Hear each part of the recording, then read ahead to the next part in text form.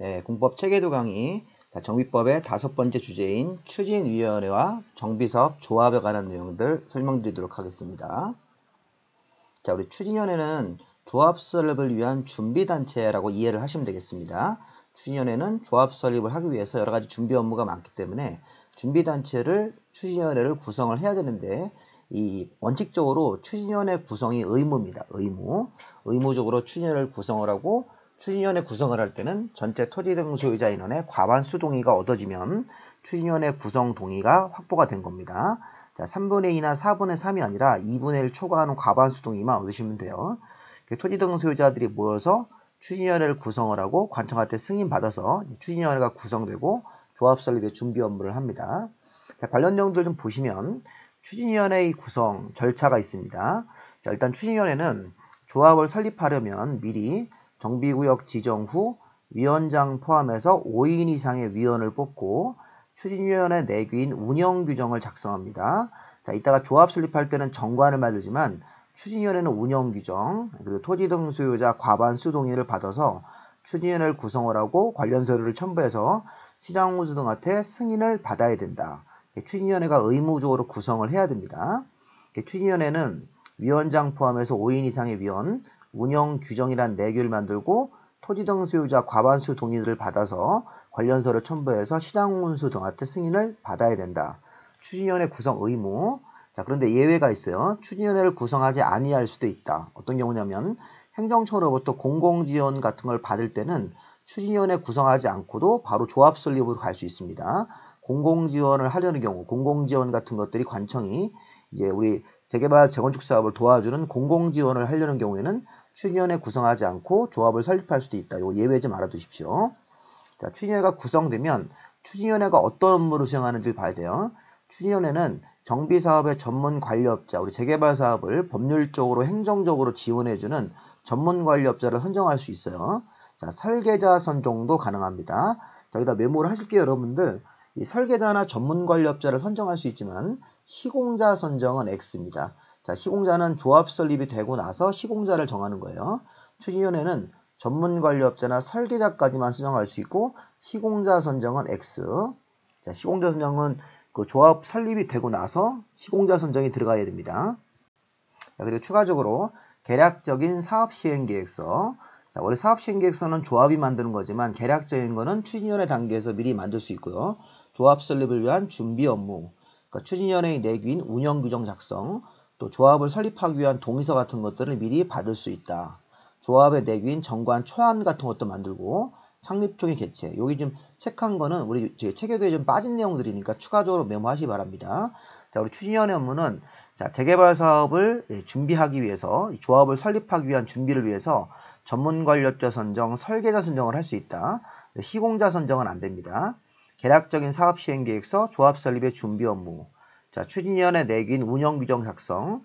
자, 조합 설립을 위한 동의를 미리미리 받을 수 있고 창립총회 개최 이런 것들이 추진위원회 업무다. 자, 다음 중 추진위원회 업무가 아닌 것은 그러면 시공자 선정 같은 게 답이 나올 수 있습니다. 자, 시공자 선정은 추진위원회 업무가 아니라 조합 설립 이후에 조합이 해야 되는 업무입니다. 자, 그 정도 한번 읽어보시고. 자, 추진위원회 위원이 이렇게 1, 2, 3, 4, 5번이 되면 추진위원회 위원을 할 수 없습니다. 결격사유입니다. 또 추진위원회 위원 같은 거 하다가 이런 해당서 해당되면 해당되는 때, 판명되는 때 당연퇴임. 자, 일단은 여기 추진위원회 위원을 하다가 이런 식의 결격사유자가 됐어요. 만약에 뭐 파산 선고를 받는다든가 금고 이상 실형을 받는다든가 또는 집행유예 선고를 받는다든가 이 법을 위반해서 벌금 100만 원 이상 형을 선고받고 이렇게 돼버리면 결격사유자가 되죠. 그러면 해당되는 때, 판명되는 때 다음날 그러시면 안 됩니다. 다음날은 도시개발법에 있는 그 결격사유의 그 자격 상실이 되는 거고 이 정비법에서는 추진위원회 위원이든 아니면 조합의 뭐 임원이든 간에 이렇게 위원이나 뭐 조합의 조합장 같은 조합의 임원이 이런 결격사유자가 되면 해당되는 때, 판명되는 때 즉시 퇴임한다. 노란색은 도시개발에는 없는데 정비에만 있는 결격사유입니다. 자, 이 법을 위반해서 벌금 100만 원 이상의 형을 선고받고 10년 지나지 아니한 사람, 이런 사람들은 추진위원회 위원을 할 수 없습니다. 근데 요 5번 내용은 1, 2, 3, 4번은 우리 예전에 배웠던 도시개발법이랑 공통적인 결격사유인데 이 5번 같은 경우는 정비법에 있는 결격사유니까 이런 거 좀 따로 좀 알아두십시오. 자, 정비법은 조금 어렵습니다. 자, 다음 추진위원회 위원 결격 사유 판명될 때 당연 퇴임 이런 식으로. 자, 그다음에 추진위원회는 위원장 1인과 감사입니다. 자, 추진위원회의 조직 임원회는 위원장 1인과 감사, 이사는 들어가시면 안 되고 추진위원회 위원 선출 같은 거 할 때는 선거관리위원회에다가 선거 관리를 위탁할 수도 있습니다.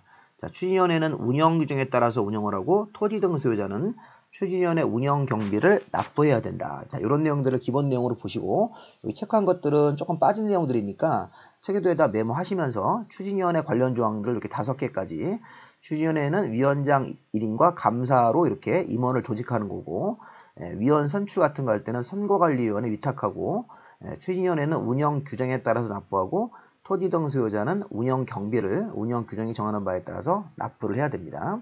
자, 이번엔 조합입니다. 추진위원회가 조합 설립을 하는 거죠. 추진위원회가 준비 업무를 잘해서 이 정비사업 조합을 설립하면 재개발조합, 재건축조합 이렇게 부르고 이 조합이라는 법인이 정식 시행자가 되는 거죠. 재건축, 재개발 공부하실 때는 조합 공부하실 때는 재개발, 재건축 조합 설립의 동의 여건이 좀 다릅니다. 재개발보다 재건축이 더 어렵죠. 그리고 조합원 자격도 재개발은 반대한 사람, 찬성한 사람 모두 조합원지를 주는데 재건축은 찬성한 사람만 조합원 자격이 생긴다. 여기 빨간색으로 체크한 요거를 핵심 쟁점으로 보셔야 됩니다. 그리고 이 재개발 조합원은 재개발의 토지 등 소유자, 토지 소유자 또는 건축물 소유자 또는 지상권자가 모두 다 조합원이 되는데 재건축의 이 조합원은 이 조합원입니다. 재건축의 조합원은 건축물 및 그 부속 토지 소유자. 자, 재개발은 토지만 가진 사람, 건물만 가진 사람, 지상권자 모두 토지 건물을 양쪽 다 가진 사람은 당연히 포함되죠. 이렇게 조합원지를 주는데 이 재건축 조합원은 조합원입니다. 건축물 및 부속 토지 소유자, 건물과 토지를 양쪽 다 가진 사람만 조합원으로 인정된다. 재개발 조합원, 재건축 조합원의 구성원들이 좀 다릅니다. 재건축의 조합원은 건축물 및 부속 토지를 한 사람이 건축물 부분하고 토지 부분을 양쪽 다 가지셔야 되고 재개발은 한쪽 부분만 있거나 지상권자까지도 모두 조합원지를 주는 것. 자, 이런 것들을 잘 보셔야 되는데요. 자, 설명을 드리겠습니다. 재개발 사업은 재개발 조합이 먼저 설립되는 절차를 먼저 봐야 됩니다. 자, 재건축은 뒤에 나올 겁니다. 자, 재개발 조합 설립은 전체 토지 등 소유자 인원을 계산해서 4분의 3 동의를 받고 전체 면적의 2분의 1 동의를 얻어서 정관 같은 내교 이런 서류를 준비하고 시장군수, 구청장 같은 시장군수 등에게 설립인가를 받아야 되고 설립인가 후 30일 안에 등기하면 성립한다. 조합은 법인이니까 설립인가 받고 등기까지 완료했을 때 조합은 성립하는데 자, 중요한 거는 동의 요건이 중요한 거예요. 자, 재개발할 때는 전체 토지 등 소유자 인원의 4분의 3, 전체 면적의 2분의 1 동의를 받고 정관만 들어서 시장군수한테 설립인가를 받습니다. 자, 반면에 우리 재건축은요. 자, 재건축은 재개발보다 조합 설립의 동의 요건이 더 어렵다. 자, 왜 어렵냐면 이 구분 소유자 전체의 4분의 3, 전체 면적의 4분의 3. 자, 일단 전체. 자, 구분 소유자가 토지 등 소유자로 보시면 되는데 우리 앞에서 이 재개발은 전체 토지 등 소유자의 4분의 3, 전체 면적 2분의 1이에요.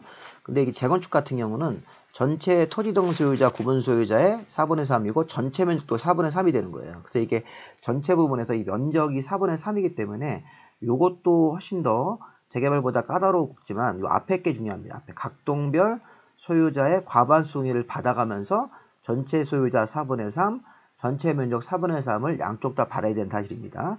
자, 각동도 받아야 되고 전체도 받아야 되고 자, 재개발은 각동은 없어요. 각동별, 만약에 재개발도 아파트가 이렇게 10개 동이 있는 걸 재개발할 때는 각동별로 과반수 받는 건 없고 전체 토지 등 소유자, 전체 소유자의 4분의 3, 전체 면적 2분의 1만 맞추시면 돼요. 네, 만약에 재건축일 때는 이렇게 공동주택, 주택 단지 안에 있는 아파트가 10개 동이 있는데 이걸 재건축할 때는 각동별 소유자의 과반수를 받아가시고 전체 소유자 인원을 계산해서 4분의 3 받고 전체 그 공동주택 부지 면적의 4분의 3 정도 땅을 긋고 거기 소유자 동의까지 다 받아야 된다. 자, 그래서 재건축이 왜 어려운지 아시겠습니까? 자, 재건축은 각동이란 말이 붙어요. 각동. 각동별 과반수. 전체 소유자 4분의 3, 전체 면적 4분의 3. 과반수 4분의 3, 4분의 3을 모두 맞추셔야 돼요. 그다음에 재개발은 각동은 없고 전체 소유자의 4분의 3, 전체 면적 2분의 1만 받으시면 돼요. 재개발은 각동은 없고 전체 토지 등 소유자 4분의 3, 전체 면적 2분의 1 동의받아서 정관, 설립인가를 받으시면 되고 재건축은 각동 먼저 받고 과반수를 받아가면서 전체 소유자 4분의 3, 전체 면적 4분의 3, 여기도 설립인가를 받아야 되고 등기함을 성립한다는 건 공통사항입니다. 등기까지 했을 때 조합은 법인으로 성립하는 거죠. 자, 그리고 자, 이 재건축이 주택단지가 아닌 지역이면 이게 나홀로 아파트 생각하시면 돼요. 자, 우리 앞에서 여기 각동별 과반수, 전체 소유자 4분의 3, 전체 면적 4분의 3 동이 재건축은 주택단지 안에 공동주택이니까 여러 동이 있는 그런 데를 재건축을 하는 거예요. 한 동짜리 이렇게 주택단지가 아닌 나홀로 아파트를 재건축할 때는 각동은 없고 토지 또는 건물 소유자니까 소유자 4분의 3, 면적 3분의 2로 바꿔서 이 동의요건을 얻어가지고 설립인가를 받으시면 돼요. 자, 이게 재건축이 주택단지가 아닌 지역은 나홀로 아파트 같은 경우니까 그런 경우는 한 동의 그 소유자들 토지 또는 건물 소유자의 4분의 3, 그 다음에 면적 3분의 2 동의받아서 설립인가를 신청합니다. 자, 그 다음에 동의 방법은 뭐냐면 우리 이건 체계도에 좀 없는 내용인데 자, 요거하고 재건축이 주택단지가 아닌 지역 부분하고 동의 방법은 우리 체계도에 없으니까 추가적으로 좀 메모를 하시기 바랍니다. 자, 그 다음에 동의 방법은 이게 이제 지장을 찍는다는 거예요. 과거에는 인감을 찍었는데 이 동의 여기 뭐 4분의 3이나 3분의 2 또 앞에 또 재건축 주택 단지 같은 거 자, 동의를 받으러 이제 조합의 관련 직원들이 오면 토지동 소유자가 동의하는 방법이 인감도장을 찍고 인감증명서 첨부가 아니라 성명을 적고 동의서에다가 지장, 손도장을 찍습니다. 신분증 사본을 붙여주면서 동의요건이 완성되는 게 원칙이에요. 그런데 이제 동의자가 해외에 거주하고 있거나 법인 같은 경우에는 법인이 갖고 있는 무슨 뭐 재개발일 때는 이 법인이 토지동 소유자이기 때문에 손도장을 못 찍고 인감도장과 인감증명서를 대체할 수 있다. 자, 노란색이 예외입니다. 원칙적으로는 지장을 찍고 이름을 적어서 신분증 붙여줘가지고 동의하는 방법은 이렇게 하시는 게 동의의 원칙입니다. 실무적으로 동의할 때는 지장을 찍고 이름 적고 신분증 사본을 붙여주는 게 원칙인데 동의자가 해외에 거주하고 있는 뭐 해외 교포라든가 이러면 그때는 동의를 지장으로 받지 않고 인감도장, 인감증명서로 대체할 수 있다. 그래서 이런 걸 이제 제출해가지고 동의 요건을 맞추는 겁니다. 자, 근데 변경인가? 자, 요것도 체계도에 좀 빠진 건데 중요한 부분이니까 적어두세요. 자, 재건축 재개발비 조합 처음 설립할 때는 아까 재개발은 처음 설립할 때 얼마입니까? 전체 소유자 4분의 3, 전체 면적 2분의 1이고 재건축은 각동별로 받고 전체 4분의 3, 전체 4분의 3이죠. 재건축은 각동별 과반, 전체 소유자 4분의 3, 전체 면적 또 4분의 3이에요. 자, 그럼 우리가 이제 이 재건축 재개발 처음엔 조합 설립할 때는 결국에는 전체 4분의 3 동의가 필요한 거예요. 그런데 이 4분의 3이면 75%지 않습니까? 재개발도 전체 소유자 4분의 3이고 재건축도 일단 전체 소유자는 4분의 3이에요. 근데 그게 조합 설립을 하다가 나중에 한 6개월 뒤에 변경하는 경우도 있어요. 변경할 때는 4분의 3이 아니라 3분의 1로 낮춰집니다. 자, 재건축 재개발 공통사항이에요. 자, 처음 조합 설립할 때는 전체 소유자 4분의 3, 전체 면적 2분의 1 재개발, 재건축은 전체 소유자 4분의 3, 면적도 4분의 3인데 조합 설립인가 받을 때는 그렇게 하고 처음 만들 때는 변경할 때는 둘 다 그냥 3분의 2로 통일되는 거예요. 3분의 2. 자, 면적 같은 건 없어지고 그냥 전체 조합원 인원의 3분의 2만 찬성해주면 그 의결을 해가지고선 변경인가를 신청할 수 있습니다. 자, 변경인가를 신청할 때는 4분의 3이 아니라 3분의 2로 바뀐다는 사실을 잘 봐주셔야 돼요. 전체 조합원 수의 3분의 2, 면적은 필요 없습니다. 처음 설립할 때, 조합 설립할 때 동의요건하고 이후에 변경할 때는 변경인가를 받아야 되는데 변경인가의 동의요건은 3분의 2라는 사실을 잘 기억하시기 바랍니다. 그리고 설립인가 받은 사항을 변경할 때도 변경인가인데 이 조합의 어떤 착오나 오기, 누락 이런 거의 수정, 조합의 명칭 변경, 조합 사무실이 딴 데로 이사가서 경미하게 변경하는 사항일 때는 설립인가 받은 사항 중에서 이렇게 노란색 경미한 변경사항은 변경 신고로 처리한다. 변경인가보다 간단하게 변경 신고하는 사항도 있다. 조합 사무실 이사 갔네요. 조합의 명칭이 바뀌었습니다. 또 착오로 잘못 적은 사항 같은 게 있을 때는 설립인가 받은 사항을 변경할 때 변경인가를 처리하지 않고 간단한 사항은 변경 신고를 한다. 자, 그리고 정비사업 조합의 명칭은 자, 우리 조합이라고 하는 거는 그냥 약칭이고 정식 명칭은 정비사업 조합이라는 문자를 꼭 쓰셔야 됩니다. 정비사업 조합이라는 문자를 실무적으로는 반드시 써야 돼요. 재개발 정비사업 조합, 재건축 정비사업 조합이라는 문자를 꼭 쓰셔야 됩니다. 자, 그 다음에 조합원. 자, 지금까지는 조합이 설립이 됐습니다. 근데 누가 조합원 되는 건가요? 조합이 성립이 되면 정비구역원의 토지동 소유자 모두 재개발은 재건축은 토지동 소유자로서 사업에 동의한 자만 조합원이 된다. 자, 우리 재건축은 아까 우리 각동별 과반 전체 4분의 3, 면적 4분의 3 거기 동의한 사람만 조합원 되는 거고, 재개발은 자, 전체 4분의 3과 면적 2분의 1 거기 찬성한 사람, 반대한 사람 모두 조합원 지위가 법적으로 부여되는 거예요. 재개발은 반대한 사람, 찬성한 사람 모두 당연 조합원 지위가 생긴 거예요. 당연히 조합원 지위가 생긴다. 재건축은 이 조합 설립할 때 동의한 사람만, 그러니까 각동별 과반 전체 소유자 4분의 3, 면적 4분의 3에 동의한 사람만 조합원이 되네. 재개발 재건축 조합원지를 서로 다르게 준다는 얘기예요. 조합 설립 직후에.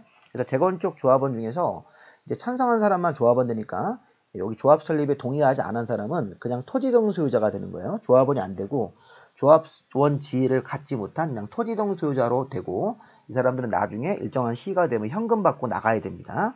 재건축 조합원이 안 된 사람은 현금 받고 나갑니다. 재개발 조합원은 반대하는 사람도 조합 성립이 되면 조합원 지위가 자동적으로 생기는 거예요. 자, 조합원 지위 이전. 자, 원칙적으로 조합 설립인가 후 조합원이 가지고 있는 낡은 집을 양도나 증여나 판결 등으로 조합원이 가지고 있는 그 집의 소유권 같은 경우가 이전되면 양수받은 사람이 취득한 사람이 조합원이 되는 거예요.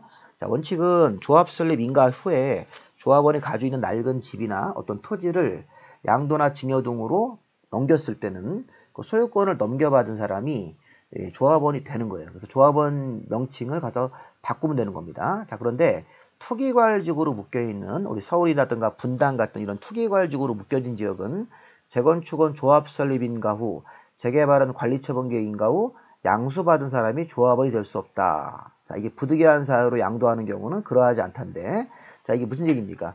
투기과열지구로 묶여있을 때는 이 원칙에 대한 예외가 있다는 거예요.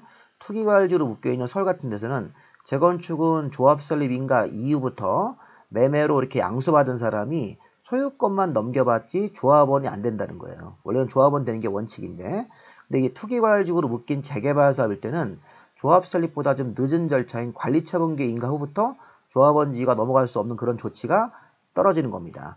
자, 이 그림 보시면요. 자, 이 정비사업의 순서, 기본계획 다음에는 정비계획을 만들고 정비구역을 정했습니다. 추진위원회 승인을 해서 조합 설립의 준비 업무를 해가지고 조합 설립 인가까지 받았어요. 여기까지. 그럼 조합 설립 인가 받고 조합이 이제 등기까지 하죠. 그럼 조합 설립 인가 후부터 재건축은 여기부터 재건축이에요. 이 시점부터는 재건축은 조합원지를 넘겨받을 수 없다는 거예요. 투기과열지구에서 재건축되는 그 낡은 집을 팔았을 때 매수인이 소유권만 넘겨받지 매도인의 조합원지를 넘겨받지 못하는 거예요. 여기까지. 여기서부터 그렇게 조치가 떨어지는 겁니다. 조합 설립 인가 이후부터. 자, 반면에 재개발은 절차가 다음 절차 넘어가고 다음 절차 넘어가서 관리처분 계획 인가 후부터 재개발은 투기과열지구에서 조합원지 이전이 금지된다. 자, 어디가 더 빠르게 규제합니까? 재건축이죠. 재건축은 조합 설립 인가 후부터 그런 조치를 시행하는 거고, 재개발은 관리처분 계획 인가 후부터 이러한 조합원지의 이전 금지 조치가 떨어지는 겁니다. 그래서 이 재개발이 좀 더 늦게, 그러니까 이 사이에서 파시면 그때는 정상적으로 조합원지를 쉽게 할 수 있다는 거예요. 재개발 같은 경우는. 재개발은 사업 시행 인가 후 관리처분 계획 인가 요 이전에라면 얼마든지 할 수 있고, 요 앞쪽으로 다. 재개발은 이제 조합 설립 재개발은 여기서부터 이전 금지인데, 재건축은 이 조합 설립 인가 이전에 거래를 해야지 조합 설립 인가 이후에는 매매로 산 사람이 조합원지를 못 넘겨받습니다. 이렇게 되면 현금 청산 조합원이 되는 겁니다. 자, 투기과열지에서 어디가 더 빨리 조합원지를 넘겨받지 못하게 규제합니까? 재건축입니다. 재건축은 조합 설립 인가 후부터 그런 조치가 떨어지고, 재개발은 관리처분 계획 인가 후부터 그러한 조치가 떨어진다. 이렇게. 자, 그 다음에 조합의 임원 가보겠습니다. 자, 조합에는 조합장, 이사, 감사라는 임원을 둔다. 자, 임원이 되려면요. 자, 여기 보면 정비구역 내 1년 이상 거주기간이 있든지 아니면 5년 정도 이상 소유기간이 있으셔야 돼요. 조합장, 이사, 감사를 하시려면, 자, 이게 선임일 직전 3년 정도를 계산해서 1년 정도 이상 거주기간이 있어야 된다. 그러니까 요거는 그냥 무시하고, 자, 정비구역 내에서 1년 정도 이상 거주한 기록이 있든지 아니면 5년 정도 이상 소유한 기간, 조합장, 이사, 감사를 하려면 이 조합장, 이사, 감사는 조합원 중에서 뽑는 건데, 그 조합원이 5년 이상 해당 물건을 소유하고 있든지 아니면 1년 이상 거주한 기록이 있을 때 조합장, 이사, 감사에 나갈 수 있다는 겁니다. 둘 중에 하나를 맞추셔야 돼요. 여기가 이제 A번 좀 빠졌는데, A번 1년 이상 거주 기간이 있든지 아니면 B번 5년 이상 소유한 그런 요건이 있을 때 둘 중에 하나가 맞아야지 임원을 할 수 있다. 조합장, 이사, 감사. 그러니까 이 얘기는 외부인이 그 해당 물건을 바로 사서 바로 조합원을 못 한다는 거예요. 1년 이상 거주 기간을 맞추든지 5년 이상 소유한 그런 기록이 있으셔야 됩니다. 그래야지만 조합장, 이사, 감사에 나갈 수 있습니다. 자, 조합장, 이사는 평상시에는 조합을 대표해서 일을 하다가 조합장, 이사가 조합하고 계약 체결할 일이 생기면 감사가 조합을 대표한다. 이 내용도 추가적으로 좀 메모를 하시 바랍니다. 자, 조합장, 이사는 조합의 임원이죠. 평상시에는 조합을 대표해서 일을 하다가 조합장, 이사가 조합하고 계약을 직접 체결할 경우가 생기거나 조합하고 소송 걸리는 문제가 생기면 감사가 조합을 대표한다. 자, 조합 임원도 아까 우리 추진위원회 위원처럼 결격사유가 똑같이 있습니다. 결격사유자가 되면 판명되거나 해당된 때, 해당되거나 판명된 때에는 해당되거나 판명될 때 당연 퇴임이다. 아까 우리 추진위원회 위원이랑 그 해임되는 날짜가 같죠. 보시면 판명되거나 해당되면 바로 퇴임되는 것입니다. 그래서 추진위원회 임원 결격사유, 아까 추진위원회 위원 결격사유와 조합 임원 결격사유는 같은 거로 보시면 되겠습니다. 결격사유자가 되면 해당됐을 때 또는 판명됐을 때 바로 퇴임한다. 다음 날이 아니라. 겸직금지는 당연한 거죠. 조합 임원은 다른 조합에 가서 임직원을 겸직할 수 없으니까 이런 거 체크한 부분도 추가적으로 좀 메모를 하시 바랍니다. 결격사유자가 되면 해당되거나 판명될 때 당연히 임원이 퇴임이 되는 거죠. 그리고 이제 조합장, 이사, 감사하려고 하면 요 앞에 있는 조건을 맞추든지 또는 요 뒤에 있는 조건 둘 중에 하나를 맞추셔야 됩니다. 자, 조합에는 의사결정유가 전체 조합원들이 다 모여서 총회라는 걸 두어야 한다, 둔다. 필수적으로 총회를 두고 거기서 중요한 의사결정을 투표해서 하는 거죠. 자, 이때 하나 시험 문제 나왔던 게 뭐냐면 이 내용은 조금 체육에도 없는 내용인데 추가적으로 메모하십시오. 자, 총회의 소집은 조합장이 직권으로 소집할 수도 있고 전체 조합원의 5분의 1이 요구하면 소집할 수도 있고 대의원들을 뽑았으면 대의원의 3분의 2가 요구하면 자, 우리 보통 전체 조합원이 만약에 1000명이다. 1000명의 5분의 1이 얼마입니까? 200명 정도 이상이 요구하면 총회를 소집할 수 있고 또 조합원 수의 한 10% 정도가 대의원회가 되는데 대의원이 조합원이 만약에 1000명이면 대의원회는 한 100명 정도 돼요. 100명이 한 3분의 2 정도가 요구하더라도 총회를 소집할 수 있다. 자, 이게 조합장 직권이에요. 제가 오타 났네요. 조합장 직권, 이거 조합장입니다. 조합장이 직권으로 소집할 수도 있고 조합원의 5분의 1, 그 다음에 대의원회가 3분의 2가 요구하면 소집한다. 근데 시험 문제에서는 노란색이 시험 문제였었어요. 좀 어려운 거지만 메모하시 바랍니다. 자, 지금 제가 하고 있는 거는 총회의 소집에 대한 기본 조건인데 조합장이 직권으로 소집할 조합장입니다. 조합장이 직권 소집, 조합원의 5분의 1 전체위원회, 대의원회가 3분의 2 이상이 요구하면 총회가 소집이 돼요. 그런데 조합 임원의 권리 의무를 정하고 자, 조합 임원의 보수 같은 것들을 정하고 자, 변경 해임 이런 거에 대해서는 전체 조합원의 10분의 1 정도만 요구하더라도 소집이 가능하다. 특히 조합 임원의 권리 의무, 조합 임원의 선임 방법 보수 정하는 거, 조합 임원의 변경 해임 이런 조합 임원에 관한 내용들을 안건으로 처리할 때는 5분의 1이 아니라 10분의 1 정도만 요구하더라도 5분의 1이면 전체 조합원 1000명에 5분의 1이면 200명. 근데 이제 이게 10분의 1이면 100명 정도 이상만 요구해도 총회 소집이 가능하다. 이 노란색 부분은 총회의 소집을 할 때 이 정도가 요구하면 소집이 됩니다. 조합장 직권, 조합원의 5분의 1, 대의원의 3분의 2. 노란색 같은 경우는 전체 조합원의 10분의 1 정도만 요구하면 총회 소집이 된다. 자, 총회는 조합원들이 모여서 전체 조합원의 과반수 찬성이 되면 안건이 의결되는 거죠. 사업비가 10% 이상 늘어나면 조합원들한테 피해가 되니까 3분의 2가 찬성해서 의결한다. 이런 것들도 한번 추가적으로 메모 좀 해주십시오. 책에 대한 요령이 좀 빠졌는데 시험에 나왔던 부분이니까 좀 적어 두십시오. 좀 어려운 얘기 말고. 자, 대의원회. 자, 대의원회는 자, 두어야 한다. 100인 이상이면 대의원회를 두어야 한다. 의무 규정으로 보셔야 됩니다. 대의원들은 조합원 중에서 뽑는 거고 대의원회가 이제 총회의 권한을 대신 행사합니다. 총회가 결정한 항상 중에 일부 항목을 대신 행사하는 거 대의원회가 대의기구로 총회가 결정할 사항을 대신 행사한다. 이렇게 보시면 되겠습니다. 자, 3번이 제일 중요한데 조합장이 아닌 임원님은 이사와 감사예요. 이사와 감사는 대의원을 겸할 수 없습니다. 대의원 될 수 없습니다. 그럼 조합장은요. 대의원을 같이 할 수 있다는 얘기예요. 자, 조합장이 아닌 임원님은 이사나 감사는 대의원을 같이 할 수 없습니다. 근데 조합장은 대의원이 될 수 있습니다. 이 조항 잘 봐두시고 조합원 중에서 대의원을 뽑는 거고 전체 조합원 수가 100명 이상이 되면 대의원회를 두어야 한다. 대의원회는 총회가 결정할 사항 권한 중에 일부를 대신 행사할 수 있습니다.